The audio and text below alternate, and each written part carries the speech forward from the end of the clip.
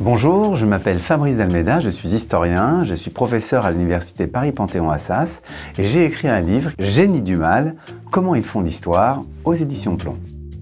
J'ai commencé à travailler sur ce livre il y a un petit moment déjà. Il y avait énormément de faits divers, il y avait énormément de chefs d'État qui étaient très sombres et donc j'ai eu l'impression qu'on était dans une période de retour du mal. Donc je me suis dit, tiens, qui porte le mal et est-ce qu'il y a des précédents dans le passé? Et ça m'a emmené à travailler sur les grands méchants de notre histoire. Gengis Khan, à la fois parce que c'est un grand conquérant, mais c'est quelqu'un qui sait s'adapter à chaque fois qu'il y a une situation dangereuse. Par exemple, il ne sait pas faire le siège d'une ville et donc il va capturer des ingénieurs chinois pour pouvoir par la suite détruire les cités qui lui résistent.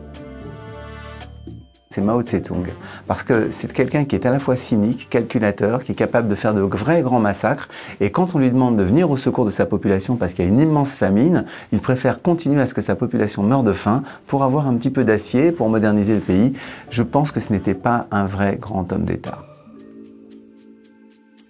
On parle de génie du mal, donc ils ont quelque chose d'assez pervers, c'est leur capacité à manipuler les autres, et sans doute l'un des plus intelligents est-il Staline, parce que c'est un type qui arrive à louvoyer, à calculer au plus précis pour arriver à parvenir à faire le mal qu'il souhaite faire. C'est Charles Ponzi.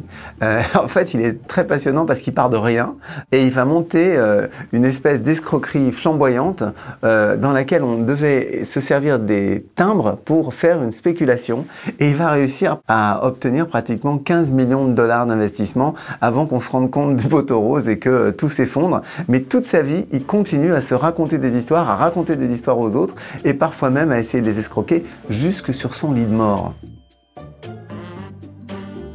On a tendance à considérer que c'est une femme chinoise qui s'appelle Wu Zetian, qui a été impératrice, mais qui avait des goûts et des appétits sexuels extrêmement développés. Et c'est une des raisons pour lesquelles on critique son règne, qui par ailleurs a été un règne pas si mauvais que cela. On lui reproche aussi d'avoir aidé le bouddhisme à s'implanter en Chine.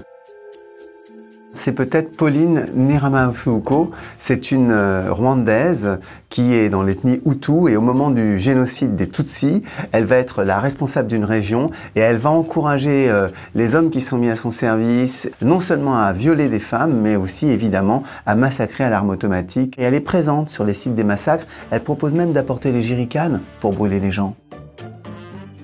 C'est Gilles de Rais, c'est un des tueurs les plus connus de notre histoire. On dit même que c'est notre premier tueur en série. C'est quelqu'un qui tuait des enfants en espérant obtenir la pierre philosophale, c'est-à-dire de quoi changer le plomb en or.